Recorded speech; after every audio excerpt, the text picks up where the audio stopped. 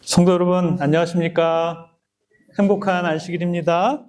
자, 우리 하나님의 말씀으로 좀 시작했으면 좋겠습니다. 우리 출애굽기 17장 6절입니다. 우리 오늘 성경 봉독에는 고린도전서인데 고린도전서 10장 4절과 3절과 4절과 출애굽기 17장 6절은 연관이 있어서 이 구절을 좀 같이 좀 읽었으면 좋겠습니다. 시작. 내가 거기서 호렙산 반석 위에 내 앞에 서리니 너는 반석을 치라. 그것에서 물이 나오리니 백성이 마시리라. 모세가 이스라엘 장로들의 목전에서 그대로 행하니라. 이게 반복이 됐네요. 오늘 우리 아름다운 특창으로 또 우리 하나님께 영광 돌려주신 우리 모자에게 감사드립니다. 또 우리 피아노를 치는 우리 미나가 이제 먼 또 여행을 또 이제 떠납니다. 그래서 아마 오늘 저녁에 이 캘리포니아로 이제 떠나는데 이제 가면은 1년에 한 번이나 올지 모르겠습니다. 여러분 요즘에 굉장히 날씨가 덥죠? 100도가 막 넘고 하는데 그래도 우리는 이 성전이 이렇게 덥지 않고 이렇게 시원할 수 있도록 인도해 주셔서 감사합니다. 지금 에어컨이 3개 중에 하나가 좀 고장 났는데 그걸 잘 고치는 사람이 좀 없네요. 그것을 위해서 여러분 좀 기도해 주시기 바랍니다. 2005년에 이 미국 여러분 카트리나라고 들어보셨죠? 뉴올리언스를 덮쳤을 때 물이 온 도시를 이렇게 삼켰습니다. 그런데 아이러니하게도 그렇게 물이 많은데 사람들은 그 물 가운데서 갈증으로 죽어갔습니다. 사방에는 물인데 마실 물은 없었습니다. 염분과 오염 때문에 물을 마실 수 없어서 사람들은 물 하면서 외쳤습니다. 여러분 근데 오늘날의 세상도 좀 그렇습니다. 이 세상에 정말 정보는 많이 넘쳐요. 돈도 넘칩니다. 유흥거리도 많습니다. 그러나 마실 수 있는 생명의 물은 작은 것 같아요. 그래서 현대인들은 물이 물 가운데 있으면서도 목말라 죽어갑니다. 예수님께서는 바로 그런 사람들에게 누구든지 목마르거든 내게로 오라 라고 우리들에게 말씀합니다. 우리는 이 목마름이 얼마나 절박한지를 우리는 잘 압니다. 그러나 오늘 저는 이 육신의 목마름보다 더 깊은 이 목마름을 말씀드리고자 합니다. 세상에는 물 때문에 목마른 사람들도 있지만 그보다 훨씬 더 많은 사람들이 뭐에 목말라요? 사랑에 목마르고 용서에 목마르고 평안에 목마르고 영생에 목말라 갑니다. 가족은 있는데 외롭습니다. 어쩌면 오늘 이 자리에도 그런 갈증을 안고 이 자리에 참여해 하신 분들도 있으리라고 생각합니다. 그러나 놀랍게도 우리 하나님께서는 성경에 목마른 사람을 외면하시는 하나님이 한 번도 나오지 않습니다. 하나님은 언제나 목마른 사람들에게 다가가셨다라는 것입니다. 그 당시 이스라엘 이 백성들도 목이 말랐습니다. 그러나 그들이 경험한 목마름은 우리가 경험하는 이 목마름과는 비교도 할 수 없는 목마름입니다. 끝이 보이지 않는 갈증, 그런 광야에 있었습니다. 아이들은 울고요. 왜 울어요? 목말라서 웁니다. 가축들은 목이 말라서 지쳐가면서 하나씩 쓰러져가고 입은 마르고 몸은 이제 더 이상 한계에 다다릅니다. 그런데 뭐가 없어요? 물이 없습니다. 여러분 성경은 광야를 단순한 사막으로 말하지 않습니다. 광야는 하나님께서 이 백성들을 훈련시키는 학교였습니다. 하나님의 학교가 바로 광야였습니다. 왜 하나님께서는 이스라엘을 가장 빠른 이 해안길로 인도하시면 며칠이면 되는데 일부러 그 긴 사막의 광야를 지나가게 하셨을까요? 그 이유를 우리는 쉽게 깨닫지 이해하지 못합니다. 그러나 시간이 지나면서 깨닫게 됩니다. 이 광야는 하나님의 사랑이 없는 곳이 아니라 하나님의 사랑을 가장 깊이 배우는 곳이 바로 광야였다라는 것입니다. 우리의 삶도 그렇습니다. 건강할 때보다 아플 때 기도를 더 많이 합니다.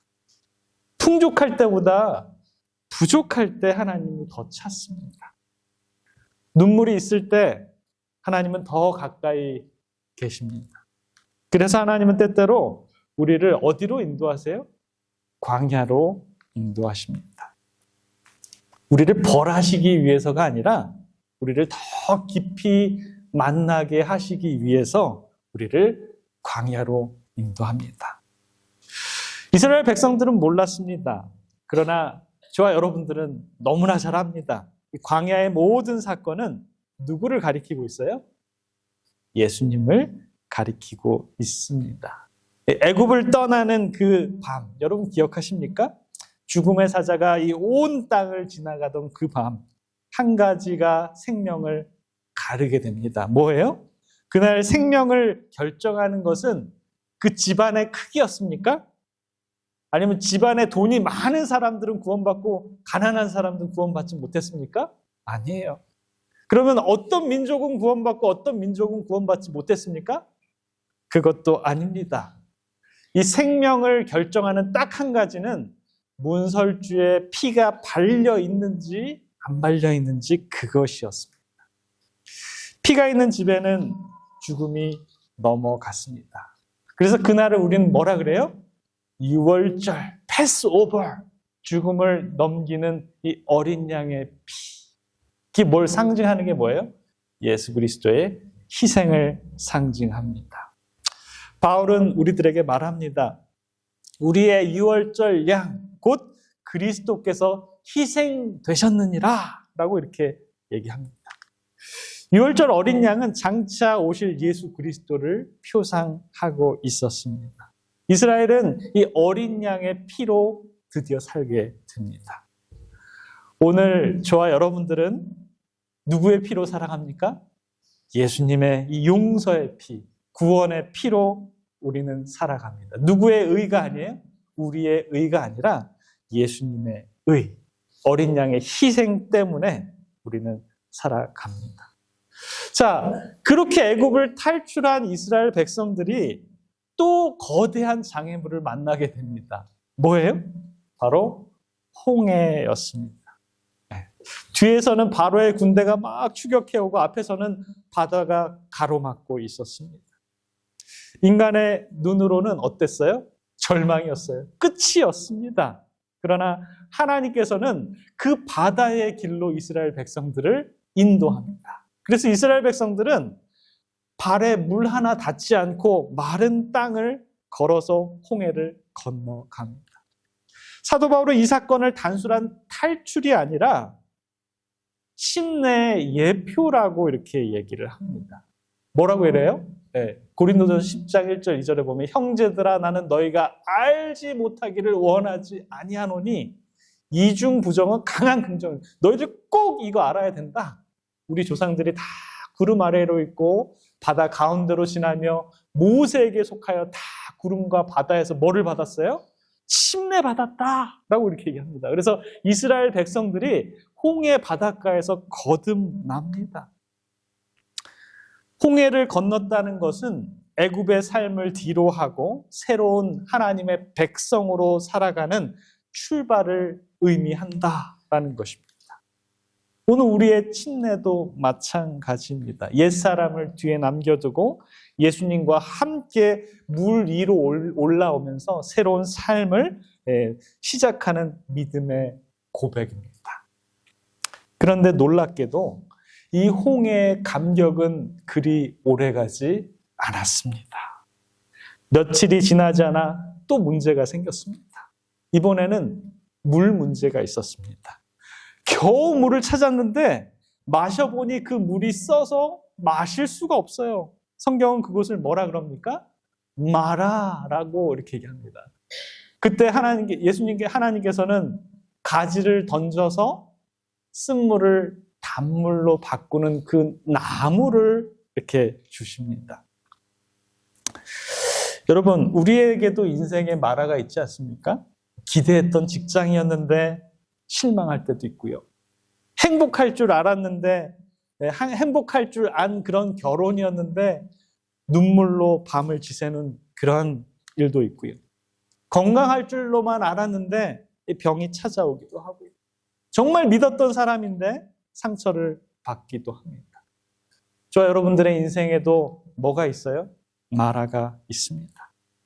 그때 하나님께서는 모세에게 한 나무를 보여주면서 모세가 그 나무를 물에 탁 던지자 쓴물이 단물로 바뀌게 됩니다. 자, 그래서 사람들은 야, 우리 그 요술 나무를 한번 찾아보자. 그러면서 이 모세가 던졌던 그 나무를 사람들은 지금도 찾으려고 노력을 합니까? 소용없습니다. 능력은 나무 자체에 있는 것이 아닙니다.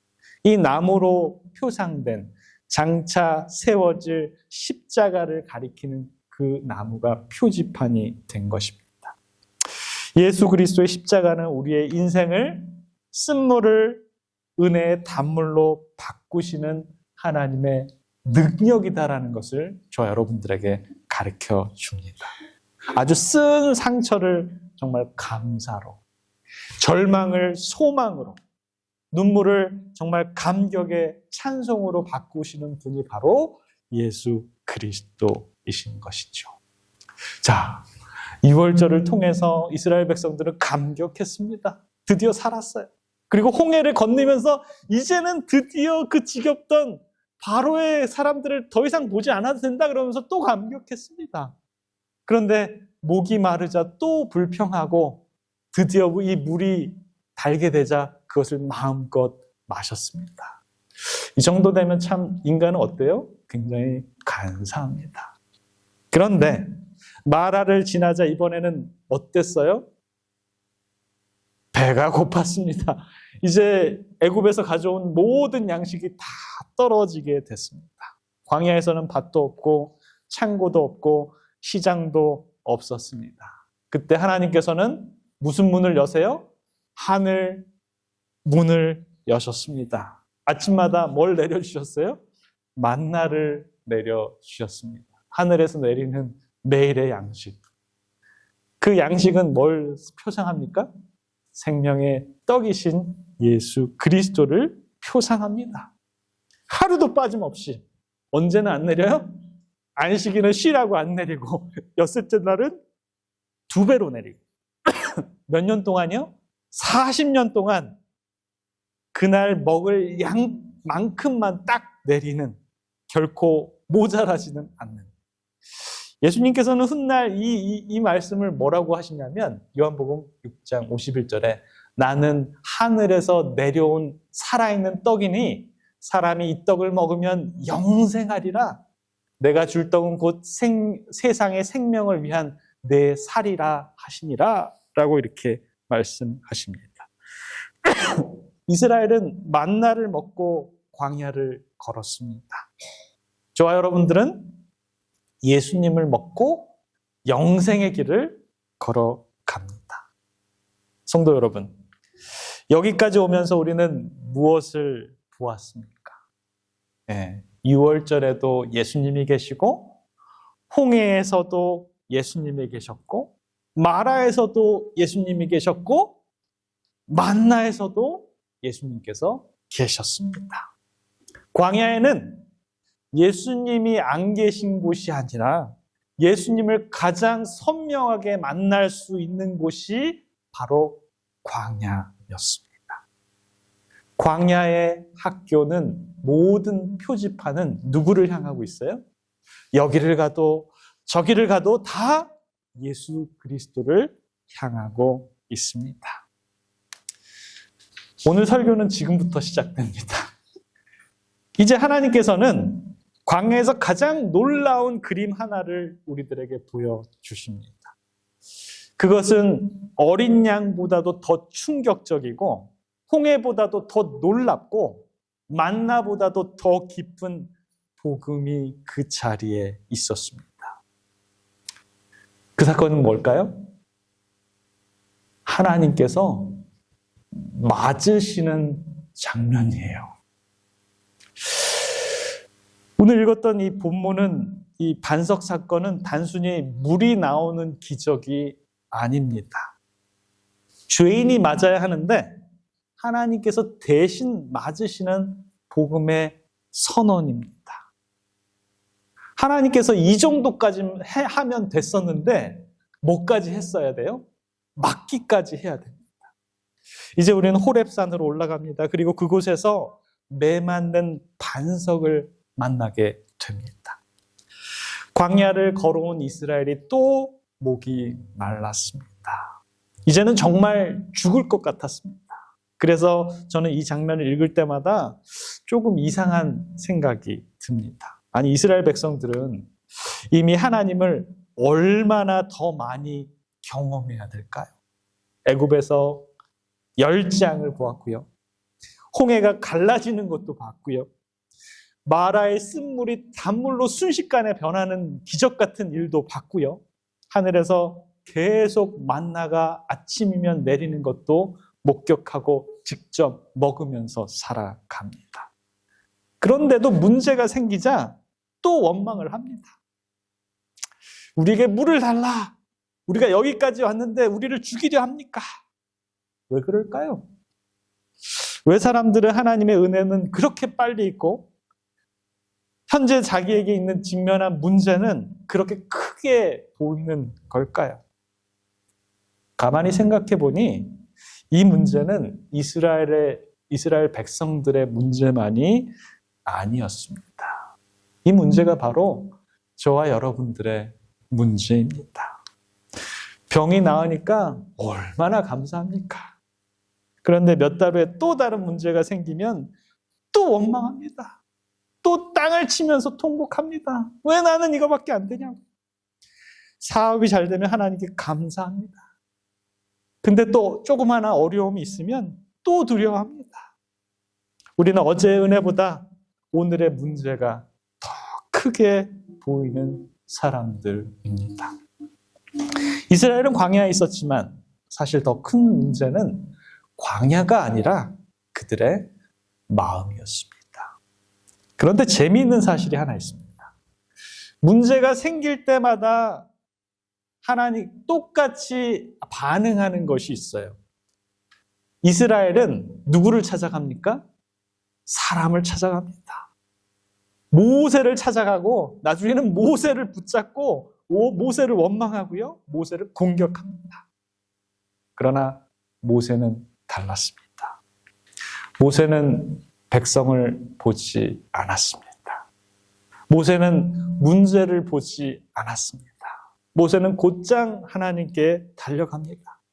성경은 아주 짧게 기록합니다. 뭐라고 기록해요? 모세가 여호와께 부르짖어 가로되. 이 짧은 문장이 저는 참 좋습니다.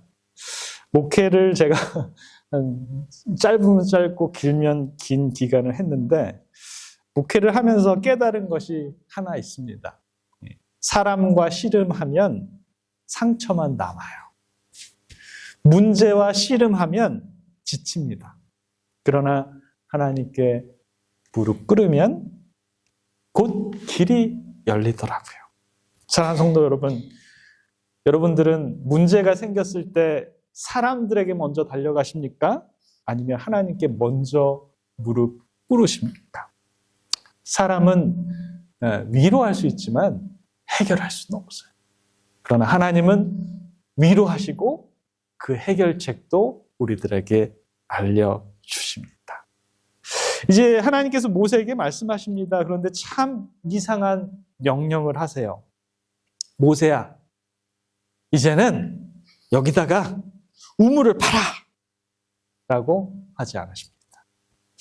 조금 더 가면 어디 아주 큰 샘이 있어 라고 말하지 않습니다. 오히려 뭐라고 말씀하세요?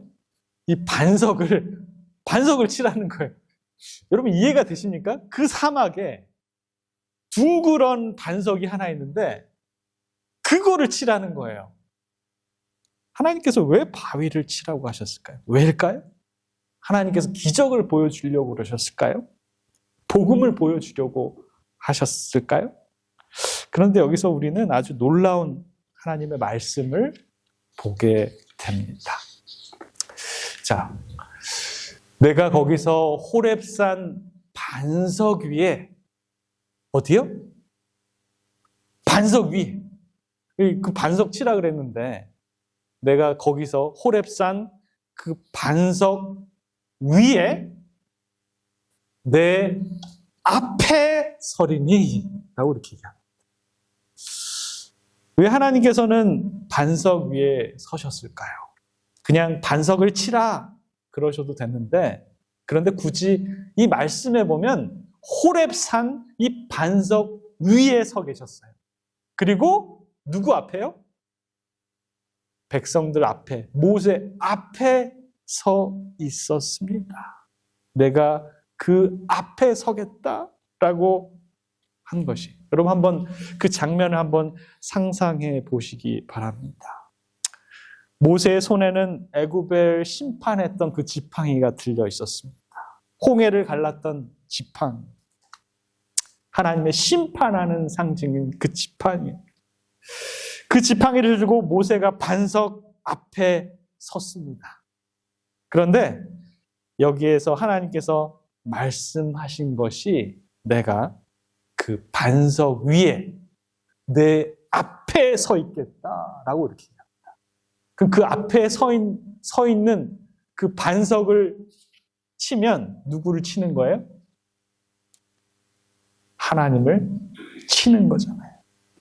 여러분 이 말씀을 그냥 읽지 마시고 눈을 감고 한번 깊게 묵상해 보시기 바랍니다. 수백만 명의 이 백성이 숨을 죽인 채 모세만을 바라보고 있었습니다. 그런데 하나님께서는 모세야, 내가 그 반석 위에 너 앞에 서 있겠다. 왜 굳이 하나님께서는 그 자리에 쓰셨을까요?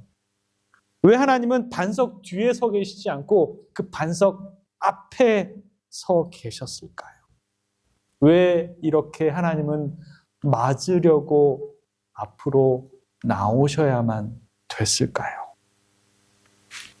사랑은 언제나 앞에 서 있는 것 같습니다. 죄를 지은 것은 백성인데, 원망한 것도 백성인데, 불평한 것도 백성인데, 심판받아야 할 사람들도 백성인데, 그런데 하나님은 그 뒤에 서 계시지 않고 당신 앞으로 나오십니다. 이 순간 우리는 하나님의 마음을 조금 이해하게 됩니다. 하나님께서는 죄인을 치시는 대신에 그 심판을 당신 자신이 감당하시겠다라는 것입니다. 모세의 지팡이가 올라갑니다. 광야는 정말 쥐 죽은 듯 조용합니다. 그리고 땅! 그 순간 갈라진 것은 바위만이 아닙니다. 하나님의 사랑이 열렸습니다. 구원의 문이 열렸습니다. 하나님의 은혜가 터져나왔습니다. 그리고 그 안에서 이 생명의 물이 정말 엄청나게 흘러나왔습니다. 백성들은 그 광경을 보면서 물이다! 살았다! 사랑하는 성도 여러분, 이 광경이 뭔가 좀 비슷하지 않습니까? 이 장면을 어디서 많이 본 것 같지 않습니까? 그 똑같은 장면이 이 갈보리 언덕에 죄인의 모습 속에서, 죄인은 누구입니까? 우리, 못 박혀야 할 사람은 우리입니다. 심판받아야 할 사람도 우리입니다. 그런데 하나님의 아들이 십자가에 서셨습니다. 그리고 마치 하나님께서 이렇게 말씀을 하시는 것 같아요. 백성을 치지 말고 내가 서 있는 그 반석을 치라. 선지자는 외쳤습니다. 그가 찔림은 우리를 허물 때문이요 그가 상함은 우리의 죄악 때문이라. 예수님은 자기 죄 때문에 맞으신 것이 아닙니다. 내 죄, 우리의 죄 때문에 맞으셨습니다. 하나님께서 우리를 뒤로 숨기시고 당신이 앞장서셨습니다. 그리고 심판을 대신 받으셨습니다. 그래서 이 십자가는 사랑의 최고봉입니다.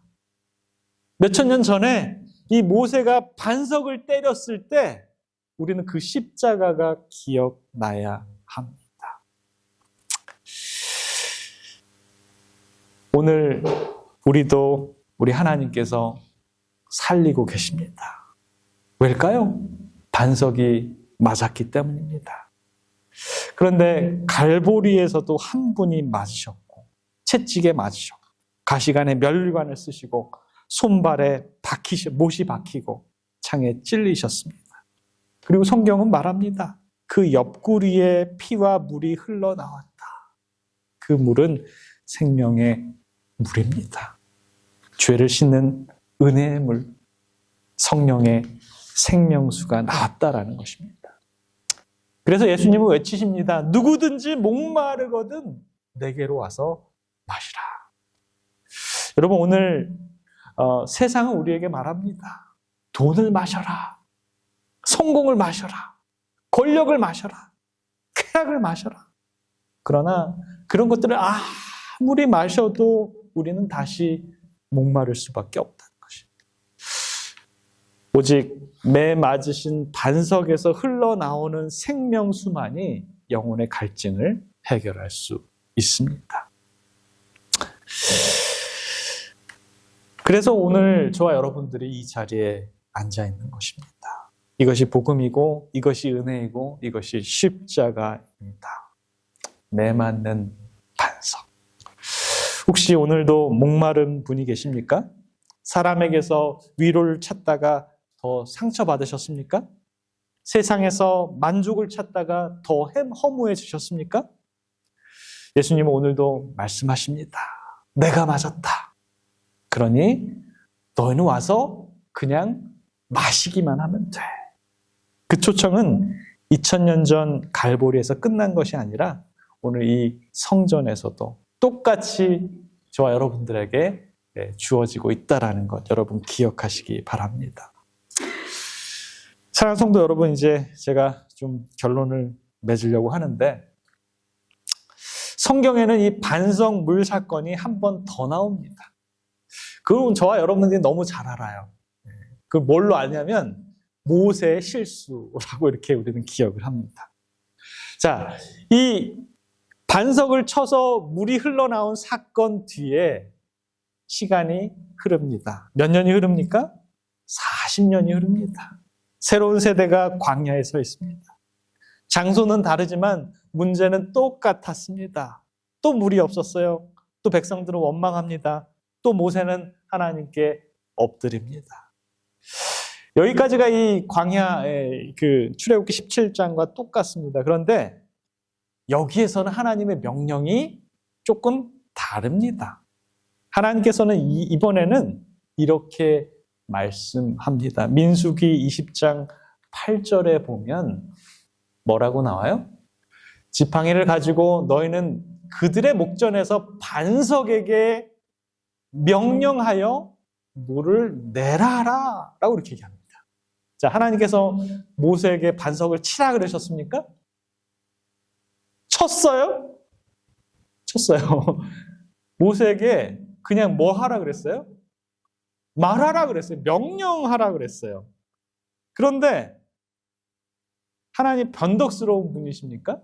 그때는 치라 그러고 지금은 말하라 그러고 이거 어느 장단에 춤을 춰야 돼? 모세도 힘들었을까요? 네. 여기에 근데 구속의 비밀이 숨어 있었어요. 그 당시 모세는 아주 화를 냈다라고 합니다.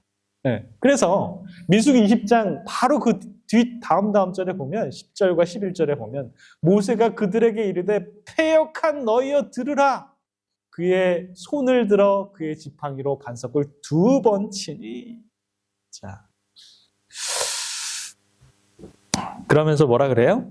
우리가 너희를 위하여 이 반석에서 들어서 반석을 한 번도 아니고 2번이나 내려칩니다. 물은 나왔어요. 그러나 하나님은 말씀하십니다. 너는 가나안에 들어가지 못한다 라고 이렇게 얘기합니다.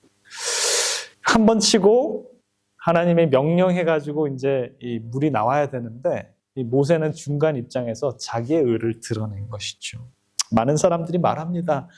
이거 하나님 너무 심한 거 아닙니까? 뭐 2번 친 거 가지고. 그러나 하나님 그 바위 문제를 삼으신 것이 아니라 복음의 문제를 삼으셨습니다. 40년 전 반석은 예수님이었습니다. 사도 바울은 분명히 말합니다. 그 다 같이 신령한 음식을 마셨으니 이는 그들을 따르는 신령한 반석으로부터 마셨으니 그 반석은 곧 그리스도시다 라고 이렇게 얘기합니다. 그럼 반석을 친다라는 것은 무슨 의미입니까? 그리스도께서 십자가에서 돌아가셨다라는 것을 의미합니다. 히브리에서는 반복해서 우리에게 설명합니다. 그 부분을 뭐라 그래요? 예수님께서 단번에 우리를 위해서 희생하셨다라고 이렇게 얘기합니다. 예수님은 한 번 맞으셨습니다. 그리고 그것이 영원히 충분했어요. 그래서 하나님은 이제는 치지 말고 그냥 명령만 하면 됐었습니다. 얼마나 놀라운 복음입니까?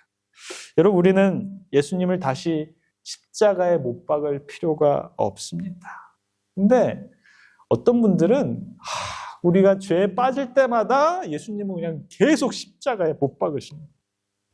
그분은 이미 다 이뤄 놓으셨어요. 우리가 할 일은 다시 예수님을 치는 것이 아니라 우리가 예수님께 나아가는 것입니다. 기도하는 것입니다. 그분을 믿는 것입니다. 그분을 이제 온전히 의지하는 것입니다. 십자가는 이미 완성되었습니다. 하나님께서는 한 번 맞으셨습니다. 그 한 번으로 충분했습니다. 여러분, 십자가에서 예수님께서 마지막으로 하신 말씀이 무엇입니까? 이제는 다 이루었다. 무슨 뜻이에요? 더 이상 맞을 필요가 없다. 더 이상 희생은 필요 없다. 이제 더 이상 다른 제사가 필요 없다. 내가 다 이루었다 아닙니까? 그런데 우리는 어떻게 생각합니까?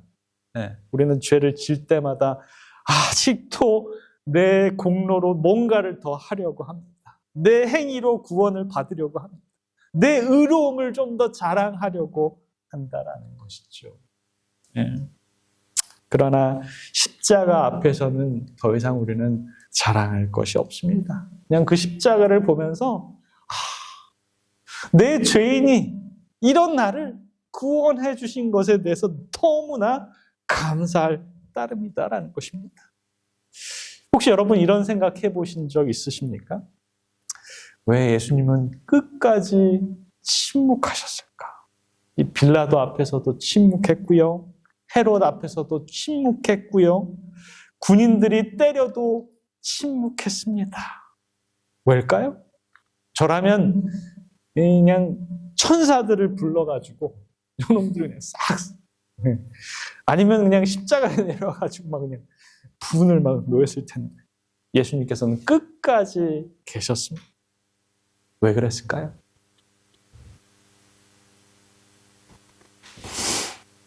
여러분 때문입니다. 여러분의 이름을 그분의 가슴에 품고 계셨기 때문에 저를 위해서, 여러분들을 위해서, 우리 모두를 위해서 그분께서는 끝까지 참으셨습니다. 제가 목회를 하면서 여러 사람의 이 임종을 보게 되었는데 대부분의 사람들이 똑같아요. 정말 마지막으로 2가지만 붙잡습니다. 하나는 사랑하는 사람들을 붙잡아요. 그리고 하나님을 붙잡습니다. 죽음 임종 당시에 뭐 돈을 붙잡고 명예를 붙잡고 뭐 직장, 집 아무 소용없어요. 그때 필요한 것은 생명수입니다. 예수님입니다. 매 맞으신 그 반석입니다. 우리는 반석을 친 사람이 아닙니다. 우리는 반석에서 흘러나오는 생명수를 마시는 사람입니다. 우리의 구원은 우리의 공로가 아니라 오직 예수 그리스도의 공로로 주어진 하나님의 선물임을 여러분 기억하시기 바랍니다. 광야에서 백성들은 살 자격이 없었습니다. 원망했습니다. 불평했습니다. 하나님을 시험했습니다. 그런데도 하나님은 그들을 버리지 않았습니다. 마치 하나님께서 내 백성을 치지 말고 내가 서 있는 그 반석을 치라 라고 말씀하시는 것 같습니다. 그리고 그 반석을, 모세가 치는 그 반석을 앞으로 나가서 그 백성들 대신해서 맞으셨습니다. 그래서 이스라엘은 살았습니다. 갈보리에서 예수님 맞으셨습니다. 그래서 저와 여러분들이 살았습니다. 그래서 저와 여러분들이 할 수 있는 것은 뭐냐면 우리는 치는 자가 아니라 우리는 마시는 자입니다. 예수님께서는 저와 여러분들에게 오늘도 얘기하십니다. 누구든지 목마르거든 내게로 와서 마시라. 이 초청에 응답하시는 저와 여러분 되시기를 주님의 이름으로 축원합니다.